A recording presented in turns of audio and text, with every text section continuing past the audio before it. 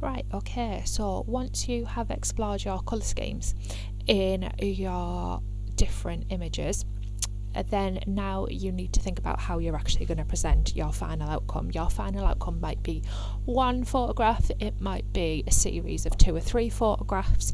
It's completely up to you, but you need to think about how you're going to edit it and how you're going to present it as well. Okay, so I'm just going to give you a few little things that you might use. So the first of those is the Daru style burning around the edge. So I'm going to get the burn tool, which is on the edge down here, and if you hover over it, just tell you that it is the burn tool. I'm going to get my brush size nice and big and my hardness down to 0. Okay, now I'm going to click on that and it says it must be rasterized before I can start working on it, which is fine. But then once I have, you can see when I press it, it makes it darker, but we've got this range thing up here. So I'm going to use the shadows first. I'm going to set my exposure to 50%.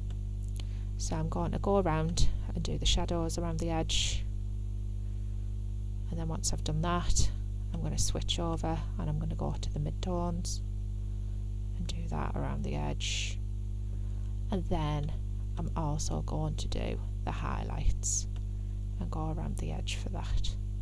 And what that does is that just draws your attention into the centre, into this lighter part. Okay, so that's one thing you might do that might be appropriate for your image. But if I was dodging and burning around here, I'd end up burning on top of some of the lollipops, and I don't want that to happen. So if you're looking for something a bit different, if you're a little bit confused about how you could perhaps change this, one of the artists we're going to talk about at the start of the lesson is called Funky Way, and he does something that I actually think is really appropriate for what we've been looking at that you might want to try and incorporate in your image. So what he does is he makes little selections, and I do apologise, I made my circle not circular at all there, so I'll draw another one. He makes little selections and then he changes the colour of them. He actually does it by photographing at different times of day, but we can cheat and we can do it using Photoshop. So once I've got my circle where I want it, I've gone on here, and you don't have to use a circle, you could do a line selection, you could use rectangles, you could use whatever you wanted. But once you've made your selection, you need to make sure you're on the layer that you want to be working on, and you're just going to press Ctrl and C, Ctrl and V.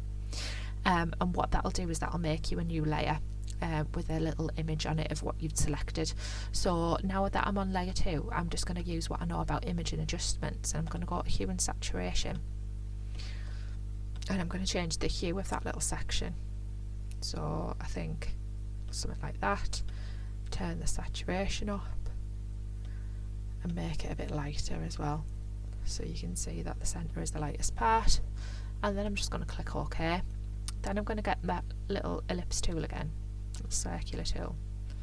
I'm going to go and select a slightly bigger circle, try and centre it up again, and then I'm going to go back onto layer 1. I'm going to press Ctrl and C, Ctrl and V again, and that brings me in layer 3. So now I've got layer 3 again. I'm going to go to image, I'm going to go to adjustments, going to go to hue and saturation, and I'm going to change it slightly differently this time. So maybe, ooh, I like that. I'll go for that, and again just turn the saturation up a little bit to make it a little bit stronger. Oh, I quite like it there. Okay, so that's a habit for me, and I can do that all the way up to the lollipops if I wanted to. I'll do one last one, but you could keep on going for however many you wanted really. Oh, why did that disappear when I did that? Excuse my computer while it decides that it does actually want to do what I'm telling it to do.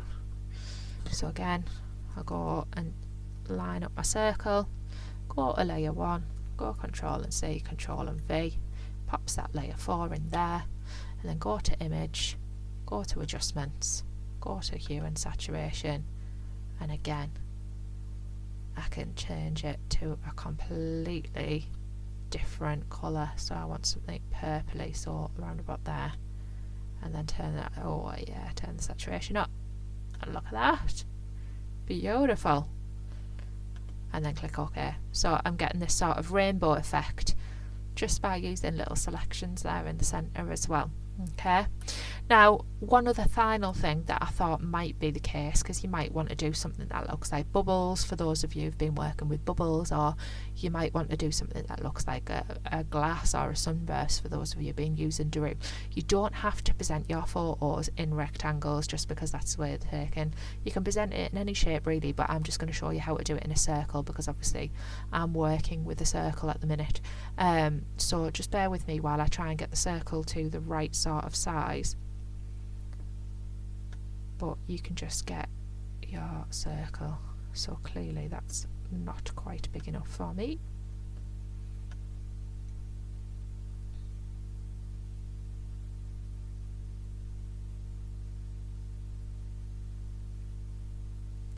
Try that. Oh, so close that time.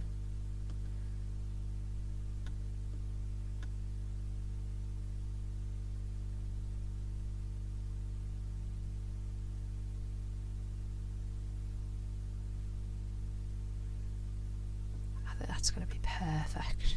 Wait a minute.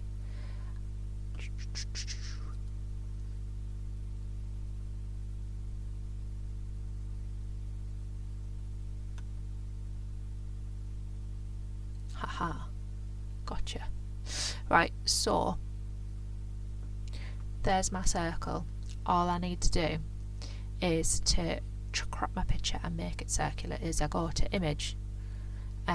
Sorry, no, I don't. I go to select, I go to inverse, and then I just hit the delete button, and that deletes that extra little bit of background, and I can go to select and deselect, and there you go.